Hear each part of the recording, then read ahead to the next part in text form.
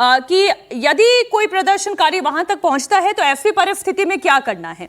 लेकिन दिल्ली पुलिस के सामने चैलेंज देखे, सड़कों पर इतनी भीड़ जब उतर आती है और जिसमें दिल्ली पुलिस का स्टैंड, जो अभी तक इस तस्वीर को देखकर मुझे समीर जी समझ में आता है कि बल प्रयोग नहीं करना है, लाठी नहीं चलानी है, धक्का मुक्की नहीं करनी है। अब सरकार के साथ जब वैसे भी छात्र बात करने लगे हैं, एक प्रतिनिधि मंडल अगर चला गया है बातचीत के लिए, तब तो ये और नहीं करना है। लेकिन क्योंकि कोई लीडर है नहीं ये समझाने के लिए, बताने के लिए, तो फिर ये भीड़ कहीं से भी किसी भी रास्ते से आगे बढ़ने की कोशिश कर रही है, फिर आंसू गैस के गोले दागे जा रहे हैं। नहीं, और मुझे लगता है कि जब अभिजीत दिप्के की टीम के लोग जब नड्डा जी से बात करने जा रहे थे तो उनको वहां पर ये कह के जाना चाहिए था कि भाई हम बातचीत करने जा रहे हैं, अभी आप लोगों को यहीं रहना है, हम आपको अपडेट देंगे हमारी क्या बातचीत हुई है। और ये दो व्यक्ति अभी इस आंदोलन का या इस भीड़ का नेतृत्व करने वाले हैं। आप सीधे चले गए नड्डा जी से मिलने, इस भीड़ को पता नहीं कि मार्च कंटिन्यू करना है नहीं करना है, कहाँ तक जाना है, कहाँ बैठना है, वापस आना है कि नहीं आना है, क्या बातचीत हो रही है, कोई कम्युनिकेशन नहीं है। तो इतनी भीड़ अगर इकट्ठी हो गई तो मुझे लग रहा है कि उनको भी अंदाज़ा नहीं होगा कि इतने सारे बच्चे वहाँ पर आ जाएंगे। वो तो कल से मान के चल रहे थे कि आंदोलन लगभग खत्म हो गया है, आज अचानक ये भीड़ इतनी पहुँच गई है।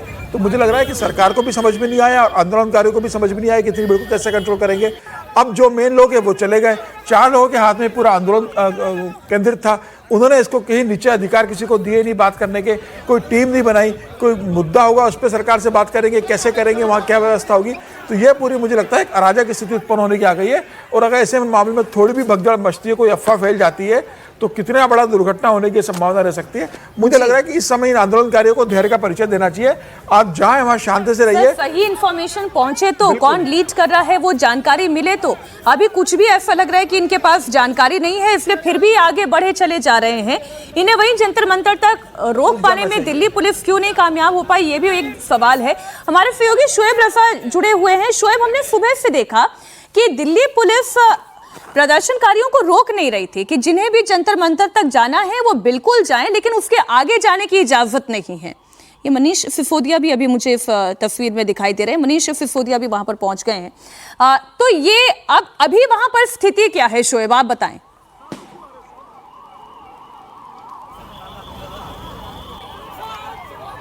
बिल्कुल, देखिए मीनाक्षी, मैं इस वक्त कर्तव्य पथ पर मौजूद हूँ। जंतर मंतर पर हमने देखा कि वहाँ प्रदर्शन हो रहा है, लेकिन भीड़ इतनी ज़्यादा है कि जंतर मंतर पर बहुत ज़्यादा जब भीड़ बढ़ी तो बैरिकेड लगाकर भीड़ को एक जगह रोक दिया गया, दोनों तरफ से उनको एक जगह रोक दिया गया। तो भीड़ जब बाहर बढ़ती चली गई तो कुछ भीड़ रेल भवन के बाहर और कुछ भीड़ प्रेस क्लब के जो इलाका है उस तरफ इकट्ठा हो गई, यानी कि संसद भवन से मात्र चंद कदम दूरी पर। और मैं जहां पर मौजूद जो रेल भवन से कुछ ही दूरी पर जो ये कर्तव्य पथ है, पुलिस ने रेल भवन से अभी प्रदर्शनकारियों को पीछे खदेड़ा, अब आगे की तरफ जा रही है और प्रदर्शनकारी आगे की तरफ बढ़ते हुए जा रहे हैं, कर्तव्य पथ से भी पीछे की तरफ। तो एक तरफ प्रदर्शन कर्तव्य पथ पर इस वक्त यहाँ पर इकट्ठा है लोग, दूसरी तरफ जो यूथ कांग्रेस और प्रेस क्लब का इलाका है, बिल्कुल जो नया संसद भवन है, जो गोल चक्कर है प्रेस क्लब के पास, वहां तक बस लगाकर पुलिस ने प्रदर्शनकारियों को रोका हुआ है।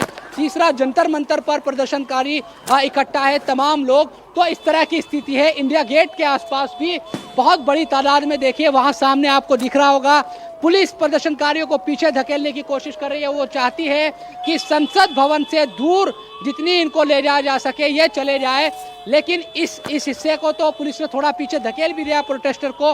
लेकिन जो दूसरी तरफ है, जो प्रेस क्लब के बिल्कुल करीब बैठे हुए लोग हैं, वो अभी भी वहां पर हजारों की तादाद में लोग हैं और पुलिस ने वहां सड़क पर ही 1-2 बसें लगा दी है ताकि प्रोटेस्टर आगे ना बढ़ पाए।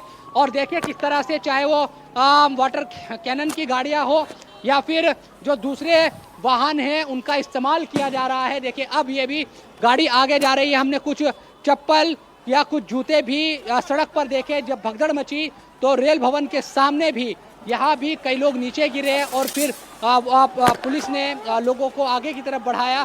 तो ये स्थिति है संसद भवन के बाहर दिल्ली में सुबह से लगातार हजारों की तादाद में यहाँ पर लोग जुटे हुए हैं और लोग ये पुलिस ये कोशिश कर रही है कि किसी तरह ऐसा ना हो कि तीनों तरफ से, क्योंकि 3 रास्ते हैं, हालांकि विजय चौक की तरफ से तो बहुत सख्त इंतजाम रहते हैं, वहाँ से तो नहीं आ सकता कोई, लेकिन चाहे रेल भवन का रास्ता हो या फिर जंतर मंतर से जो आता है रास्ता संसद भवन की तरफ, पार्लियामेंट स्ट्रीट, उस तरफ की बात हो, या फिर देखिए आंसू गैस छोड़ा जा रहा है, वहाँ पर आपको धुआं भी दिखाई देगा। आंसू गैस का इस्तेमाल वहाँ अभी भी किया जा रहा है।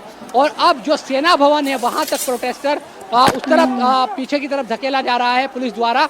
तो ये लगातार यहाँ इस तरह की स्थिति सेंट्रल दिल्ली में बनी हुई है। 3 तरफ से संसद पर 3 तरफ से प्रोटेस्टर वहाँ पर है। देखिए धुआं वहाँ पर अगर कैमरा दिखा पाए, वहाँ पर बहुत ज़्यादा धुआं है और इस तरह की स्थिति इस वक्त अभी इंडिया गेट के आसपास या कर्तव्य भवन पर बनी हुई है। कुल मिलाकर सुबह से ही हम देख रहे हैं कि कई बार पुलिस ये कोशिश करती है प्रोटेस्टर को रोकने की, लेकिन जब वो नहीं रुकते तो हल्का लाठीचार्ज भी किया जाता है, आंसू गैस का भी इस्तेमाल लगातार किया जा रहा है। और दिल्ली में बहुत दिनों बाद हमने इस तरह का प्रदर्शन देखा कि इतनी ज़्यादा भीड़ इकट्ठी यहाँ पर हो गई और इतनी बड़ी तादाद में लोगों को संभालने के लिए पुलिस को भी कड़ी जो मशक्क़त है उसका सामना करना पड़ रहा है। तो ये उस इलाके की स्थिति है जहाँ संसद भवन है, राष्ट्रपति भवन, पीएमओ भी ज़्यादा दूर नहीं है यहाँ से। यहाँ तक प्रदर्शनकारी पहुँचे हुए हैं, इनको पीछे खदेड़ा जा रहा है। एक हिस्से को पीछे ज़रूर प्रोटेस्टर को खदेड़ दिया गया जो रेल भवन की तरफ थे, लेकिन जो दूसरी तरफ है वो अभी भी जमे हुए हैं और वहाँ वो लगातार प्रदर्शन कर रहे हैं। जंतर मंतर पर भी पैक कर दिया गया, लेकिन जो राजेंद्र प्रसाद रोड है जो संसद भवन की तरफ आता है, शास्त्री भवन के पास का जो इलाका है, वहाँ बहुत बड़ी तादाद में अभी भी प्रदर्शनकारी जमा है। उनको कैसे पीछे धकेला जाए, वहाँ वाटर कैनन का इस्तेमाल हुआ, आंसू गैस का लगातार इस्तेमाल वहाँ पर किया गया। तो अभी भी पुलिस एक रणनीति बनाकर ये कोशिश कर रही है कि इनको पीछे धकेला जाए ताकि ये आगे ना बढ़ सके। आप बता रहे हैं, मैं दोबारा आपके पास आऊंगी, लेकिन ये लाइव तस्वीरें जो आ रही है, बहुत बड़ी संख्या में छात्र है, वो आगे बढ़ना चाहते हैं और ह्यूमन चेन बनाकर इस वक्त पुलिस उन्हें रोक रही है और शील्ड बनाकर धीरे धीरे उन्हें पीछे खदेड़ने की कोशिश कर रही है, लेकिन प्रदर्शनकारी आगे बढ़ना चाहते हैं। और अभी जो हिस्सा आपने देखा जहां से शोएब रजा रिपोर्टिंग कर रहे थे कर्तव्य पथ से, वहां पर भी प्रदर्शनकारी बड़ी संख्या में आ चुके हैं, इसलिए वहां पर उन्हें भी काबू करने के लिए आंसू गैस के गोलों का इस्तेमाल करना पड़ रहा है, टीयर गैस का इस्तेमाल करना पड़ रहा है। तो स्थिति ये है, जो अभी हमारे साथ दर्शक जुड़ रहे हैं उनकी जानकारी के लिए बता दूं, प्रदर्शन का जो एजेंडा था कि सरकार बात सुने और इसलिए सोनम वांगचुक अनशन पर बैठे थे, इसलिए अभिजीत दीपके ने भी अनशन तब शुरू किया जब सोनम वांगचुक को अस्पताल ले जाया गया। अब ऐसे में जब सोनम वांगचुक अनशन खत्म कर चुके हैं, अभिजीत का अनशन खत्म हो चुका है, एक टीम जाकर बात कर रही है जेपी नड्डा से, सरकार के साथ डायलॉग शुरू हो चुका है, फिर भी ये प्रदर्शन क्यों नहीं रुक पा रहा है? ये छात्र आगे क्यों संसद की तरफ, या छात्र कहें या प्रदर्शनकारी कहें, ये क्यों आगे संसद भवन तक कूच करना चाहते हैं? ये एक बड़ा सवाल है। अब इसके पीछे जवाब ये दिया जा सकता है कि कोई है ही नहीं समझाने वाला, कोई नेतृत्व है ही नहीं, कोई लीडर है नहीं जो ये बता सके कि डायलॉग हो रहा है और अब आप आगे बढ़ना बंद कर दे, यहाँ से इस प्रदर्शन को खत्म किया जाता है, या फिर आप जंतर मंतर पर एकत्रित हो जाएं अगली जानकारी आने तक। तो ये अभी कम्युनिकेशन है ही नहीं इन प्रदर्शनकारियों के बीच में, इसलिए ये आगे तक बढ़ते जा रहे हैं। अब उसके वजह से जो चैलेंज आ रहा है पुलिस के सामने कि वहां पार्लियामेंट तक जाने वाले जितने रास्ते हैं उन सबको इन प्रदर्शनकारियों ने चोक किया है। अब एक तरफ से कहीं से भीड़ आगे बढ़ती है तो वहां पर आंसू गैस के गोले दागे जाते हैं, रेल भवन वाले रास्ते पर तो प्रदर्शनकारियों को हटा दिया गया है। तो अब जहां कर्तव्य पथ के पास से जो रास्ता गुजरता है वहां पर शोएब रिपोर्टिंग कर रहे हैं, वहां पर इतनी भीड़ एकत्रित हो गई है। अभी मुझे जानकारी नहीं है कि ये जो लाइव तस्वीर हम दिखा रहे हैं ये एग्जैक्टली कौन से पॉइंट की है। आसपास की कुछ इमारतें दिखेंगी तो विजय जी फिर एक अंदाजा लग सकता है, लेकिन फिलहाल इस तस्वीर को देखकर बिल्कुल अंदाजा नहीं लग पा रहा है कि एग्जैक्टली ये कौन से पॉइंट की तस्वीर है। बस सब आगे बढ़ जाना चाह रहे हैं। लेकिन इसमें 2 बातें हो रही है। एक तो आपने जो बात बोला बिल्कुल ठीक है कि कोई लीडरशिप ही नहीं है जो इनको कम्युनिकेट कर पाए और लीड कर पाए कि कहाँ क्या करना है। और दरअसल जब ऐसी भीड़ या प्रदर्शनकारी होते हैं ना, तो जब तक कोई उनको रोके नहीं तो वो चलते ही जाते हैं, उनको पता भी नहीं होता कि कहाँ चलना है, क्या नहीं चलना है, क्या करना है। तो दोनों हिस्सा, एक जो दिल्ली पुलिस या जो भी सिक्योरिटी फोर्सेज हैं वो किस तरह से उनको रोक रही हैं। उनकी दुविधा ये हो गई है कि शायद उनको मैसेज ये मिला है कि भाई जब सरकार उनसे बात कर रही है तो उन पर एक बल प्रयोग नहीं हो, ना कहो, है ना। तो उस समय भी दुविधा होती है सिक्योरिटी फोर्सेज के लिए कि वो क्या करें, कैसे रोके क्या नहीं रोके। तो वो उन सारी दुविधाओं का दौर ये वाला चल रहा है। अब मीटिंग जब होती है तो वो कोई ऐसे नहीं है कि 15 मिनट में नड्डा साहब ने कहा या सरकार ने कहा वो हो गया। वो तो 2-3-4 घंटे चलती रहती है मीटिंग्स की भी, क्या होगा क्या नहीं होगा। फिर बारीक बात शुरू होती है, पहले छोटी बात शुरू होती है, तो वो उसमें टाइम लगेगा।